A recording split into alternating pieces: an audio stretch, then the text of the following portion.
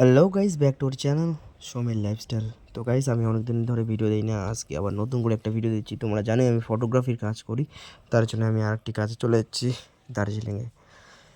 তো কাজটি আমার না, ধুপগুড়ির এক বন্ধুর। তো আমাকে ফ্রিল্যান্স হিসেবে নিয়ে যাচ্ছে। তো যাইতে যাইতে দেখতেই পাচ্ছ আমরা এখন যাচ্ছি। এটা হচ্ছে বিএসএফ ক্যাম্প। আর আমরা টোটালি গাড়িতে ছিলাম 5 জন, অল্টো গাড়িটাতে। তো গাইস, এই প্রথমবার আমি দার্জিলিংয়ে যাচ্ছি কাজে। আর বেসিক্যালি আমি এদিকে কাজ করি, কিন্তু বাইরে কোনো দিনও কাজ করা হয়নি। এটা আমরা যাচ্ছি একটা নেপালি ওয়েডিংয়ে।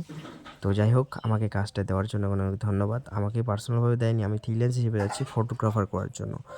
তো আস্তে আস্তে দেখতে পেলাম একটা ভিউ, যেটা মিরিক, আই লাভ মিরিক লেখা আছে। আর নিচে কি সুন্দর ভিউটা দেখো একবার।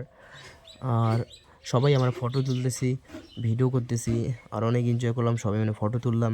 যাই হোক, সবার সাথে মেলামেশা করে অনেক ভালো লাগলো। আর এই প্রথমবার আমি যাচ্ছি বাইরে কাজে।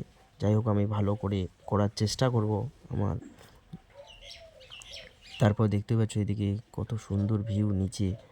আর এমনি তো আমাকে পাহাড় সাইড অনেক ভালো লাগে। আর এখানে একটা ক্যাব ছিল, সেখানে আমরা একটু চাটা খাইলাম। আর বাইরের যে আবহাওয়াটা সেটাকে একটু ক্যাপচার করে নিলাম। খুব ভালো লাগলো। সবাই চা খাচ্ছে, আমিও চা খাচ্ছি।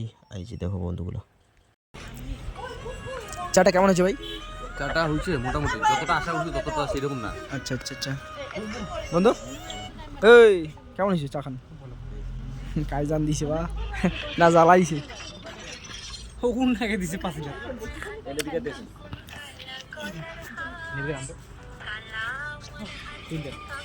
আর ওখানে আমাদের কাজ ছিল 3 দিন। আর 3 দিনের মধ্যে আমি 3 দিন থাকবো না, আমি থাকবো 1 দিন। কারণ আমার 2 দিন বাড়ির পাশেই অনেক কাজ রয়েছে, তার জন্য আমি 1 দিন থেকে চলে আসবো। তো এখনো আমরা রাত হয়ে গেল, 7টা বাজে গেছে, 7:30। এবং আমরা পৌঁছে গেছি। আর সেখান থেকে একটি দাদা আসে, আমাদেরকে পিক আপ করে নিল।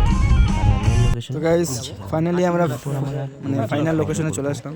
আবার এখানে আমাদের কাল সকালে আমাদের কাজ আর কি স্টার্টিং হবে, সেটা নিয়ে আর একটু নতুন কালকে video আছে আমরা নিয়ে আসবো।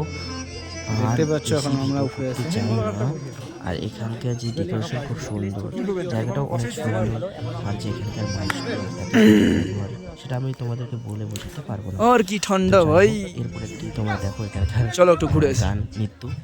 তারপর আমরা রুমে গিয়ে ঘুমিয়ে পড়লাম। তো দেখো আর শোনো।